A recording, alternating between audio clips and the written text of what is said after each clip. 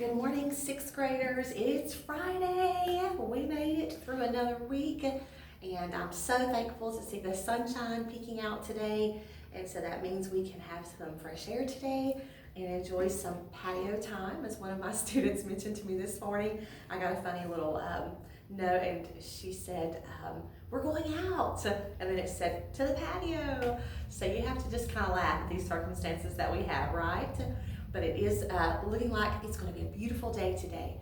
Now we're talking in our final math lesson for this week, about negative numbers. Now the word negative normally means something that's like a downer, or if someone is negative, that means that they are kind of an Eeyore personality, and they, just things that are normally maybe make somebody excited, they might feel a little bit, down the dumps about, and we all can be negative sometimes. But when you're dealing with numbers, the word negative refers to a number that has a subtraction sign before it, and it's for numbers that are below zero.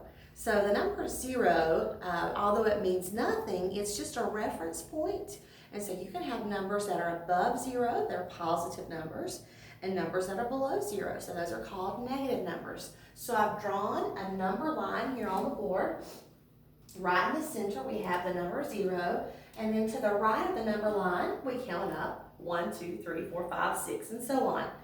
These are positive numbers, although we don't put the little plus sign before them. It's just implied that those are positive numbers. And then to the left of the number sign, we have numbers that are negative. They're going down. And so we put the subtraction symbol before them, or the negative symbol. So it's -1, -2, -3, and so on. So today for your lesson, you have to, in number 1, read the thermometers. And it says in the directions, all the temperatures are negative. So in letter A, you'll see that 0 is at the top of the scale. And so the mercury has fallen below 0. And if you look closely, hopefully you've seen that it's -6. And then for the second scale, you have kind of a dial.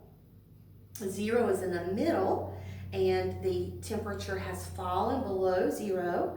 And so it would be -4 because it's in 2-degree increments. So -2, -4. So see if you can finish up that section on your own. Section 2 is just a greater than, less than. Remember we talked about earlier this year, Pac-Man, and how the mouth is always open to eat the larger numbers. So in letter A, you've got -7 and 3. So we had our chart, here's 3, -7 would be on this side. So 3, of course, would be greater than -7. And then letter B, you've got 6 and 8, and obviously 6 is less than 8, or 8 is greater than 6. Now, moving on quickly to section number 3. This is what we did yesterday, extracting the square roots. So the square root of 81, you're thinking, okay, what two numbers do I multiply together to get 81? And the answer would be 9. So 9 is the square root of 81. And then for 121, the square root would be 11. If you got that one, gnarly. Because 11 times 11 equals 121. Be careful on letter D. That's not too difficult. Just take the square root of each term. So the square root of 9 would be 3, and the square root of 16 would be 4. Therefore, your fraction answer is 3/4. Be careful on letter E as well, because you've got 1/4. Well, the square root of 1 is simply 1, and the square root of 4 would be 2. And then for letter F, you've got 1 and 4/400 square roots. That one is a little bit unique, but you have to think, okay, what two numbers can I multiply together to get 1.44? And the answer is actually 1.2. Because if you multiply 1.2 times 1.2, you would get 1 and 4/400. Okay, let's go on to something on the back page. We're going to skip the conversion. I'm hoping that you've gotten that one pretty solid down. Section 6, letter A. Subtract 25 minutes from 1 hour and 10 minutes. So let's look right up here. This is how you would set that problem up. This is one of those compound measure problems. You're going to have to borrow from the 1 hour, so that's going to leave us no hours left. How many minutes are in an hour? 60 minutes. Add that to your 10 to make 70. And then you just simply subtract like normal. 10 minus 5 is 5. 6 minus 2 is 4. Boom. There's my answer, 45 minutes. Not too bad, is it? Now for 7A. I thought this one was a little bit of a difficult one. 109 2/10 is what percent of 780? Is what percent means to set it up as a fraction. So it's going to look like this. But you want to eliminate that decimal because they're hard to work with.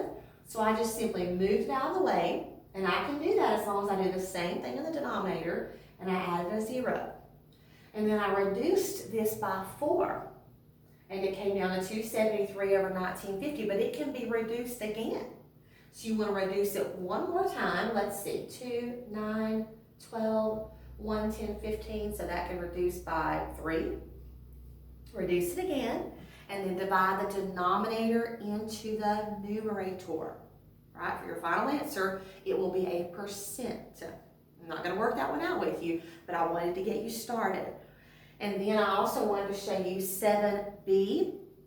19.6 is 32% of what number? You're looking for the base number, so it's 0.32 into 19 6/10. Remember, get rid of the decimal, 1, 2, 1, 2, add a 0 here, and then it's just like whole numbers, 32 into 1,960. Just do a division problem, and that answer will have a decimal in it because you'll have to annex some zeros, but it won't be a percent. It's going to be a whole number, a base. Really quickly, one more, letter D. Do your powers first.